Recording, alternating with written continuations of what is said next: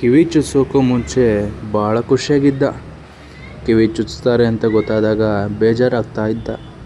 ಕಿವಿ ಚುಚ್ಚೋರು ಬಂದಾಗಂತೂ ಅವನ ಕಷ್ಟ ಅವನಿಗೆ ಗೊತ್ತು. ನಾನು ಕಿವಿ ಚುಚ್ಚೋರಂದರೆ ಬೇರೆ ಥರನೇ ಇರ್ತಾರೆ ಅಂದ್ಕೊಂಡಿದ್ದೆ.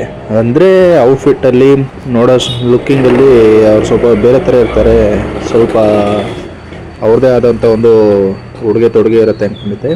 ಆದರೆ ಇವ್ರದ್ದು totally different. Sir full standard official.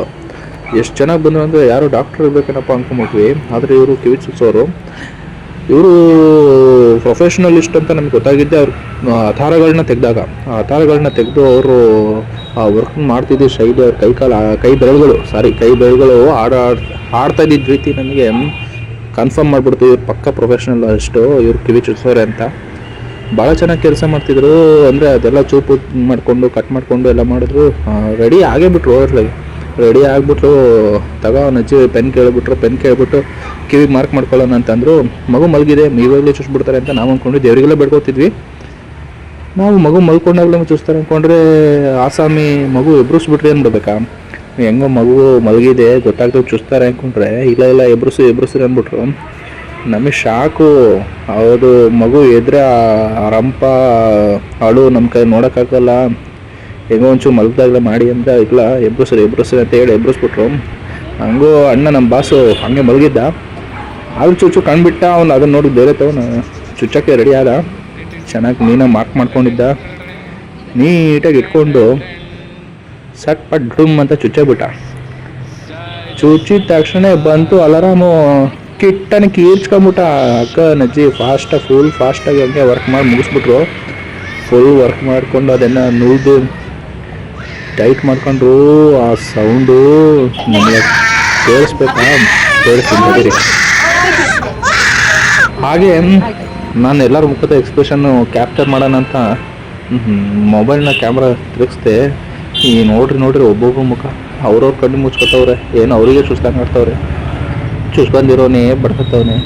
ನೀಟಾಗೆಲ್ಲ ಚುಚ್ಚಿಸ್ಬಿಟ್ಟು ಆಗತ್ಲಾಗಿ full ಜೀವ ಹೆಂಗೆಂಗೋ ಆಗ್ಬಿಟ್ಟಿತ್ತು. ನೋಡ್ರಿ ನಮ್ಮ ಬಾಸ್ ಹೆಂಗೆ ಆಡ್ತವನೆ. ಕಣ್ಣೆ ಬಿಡ್ತಾವನಲ್ರಿ. ಅವ್ನಿಗೆ ಇನ್ನೂ ಗೊತ್ತಿಲ್ಲ ಇನ್ನೊಂದು ಕಿವಿಗೆ ರೆಡಿ ಮಾಡ್ಕೊತವ್ರೆ ಅಂತ. ಸೈಡ್ ಗ್ಯಾಪಲ್ಲಿ ಅಣ್ಣ ಫುಲ್ ರೆಡಿ ಮಾಡ್ಕೊಂಡ್ರು. ಆ ಕಡೆ ತಿರ್ಸ್ಕೊಳ್ರಿ ಅಂದರು. ತಿರ್ಸ್ಕೊಂಡು ರೊಟೇಷನ್ ಆಗಿದ ತಕ್ಷಣನೇ ಗೊತ್ತಾಗ್ಬಿಡ್ತು ಅನ್ಸುತ್ತೆ. ಹಿಂಗಿದ್ದು ಎಕ್ಸ್ಪ್ರೆಷನ್ ಚೇಂಜ್ ಆಗ್ಬಿಡ್ತಲ್ಲ ನಮ್ಮ ಮಗದು. ಗೊತ್ತಾಗ್ಬಿಡ್ತು ಚುಚ್ಚುತ್ತಾರೆ ಅಂತ. ಚೆನ್ನಾಗಿ ಚುಚ್ಬಿಟ್ರು. ಚಟ್ಟನ್ ಚೀರ್ಕೊಂಡಿದ್ದೆ. ಮತ್ತೆ ಈ ಕ್ಷಣ ಚುಚ್ಚೋನೆ ಗ್ಯಾಪ್ ಆಗ್ಬಿಟ್ಟ. ಏನಪ್ಪ ಇದು ಮಕ್ಳ ಜೊತೆ ಇವ್ರು ಹಿಂಗೆ ಆಡ್ಬಿಡ್ತಾರಲ್ಲ ಅಂತ. ಅವ್ನು ಸ್ವಲ್ಪ ಲೇಟ್ ಮಾಡ್ದೆ ಅಷ್ಟೇ. ಅಷ್ಟರಲ್ಲಿ ಆಗೋ ಎಲ್ಲರೂ ಬಗ್ಗಿ ನೋಡ್ತಾಯಿದ್ರು. ಎಲ್ಲರೂ ಅಲ್ಲೇ ಕೈ ಕಾಲು ಎಲ್ಲ ಓಡಿಸ್ಕೊತಿದ್ರು. ಮುಖದ ಎಕ್ಸ್ಪ್ರೆಷನ್ ನೋಡ್ರಿ ಹಿಂಗಿತ್ತು ಪಾಪುದು. ಇಷ್ಟೊತ್ತಾಯ್ತು ನೋಡ್ರಿ ಅವ್ರು ತಿರುಗಿಸಿ ಅದನ್ನೆಲ್ಲ ನುರಿದು ಮಾಡೋಕ್ಕೆ. ಆಗಲೇ ಮೊದಲನೇ ಕಿವಿದು ಭಾಳ ಚೆನ್ನಾಗಿ ನುರಿದ್ಬಿಟ್ರು ಫಾಸ್ಟಾಗಿ. ಎರಡನೇ ಕಿವಿದು ನಾವೆಲ್ಲ ಮಾಡಿದ್ದು ನೋಡ್ಬಿಟ್ಟು ನಮ್ಮ ಎಕ್ಸ್ಪ್ರೆಷನ್ ನಮ್ಮ ಸೌಂಡ್ಗಳೆಲ್ಲ ನೋಡ್ಬಿಟ್ಟು ಅವ್ರಿಗೂ ಗಾಬರಿ ಆದಂಗೆ ಆಗ್ಬಿಡ್ತು. ಆದರೂ ಏನೋ ಮಾಡಿದ್ರು ನೀಟಾಗಿ ಮುಗಿಸ್ಬಿಟ್ರು.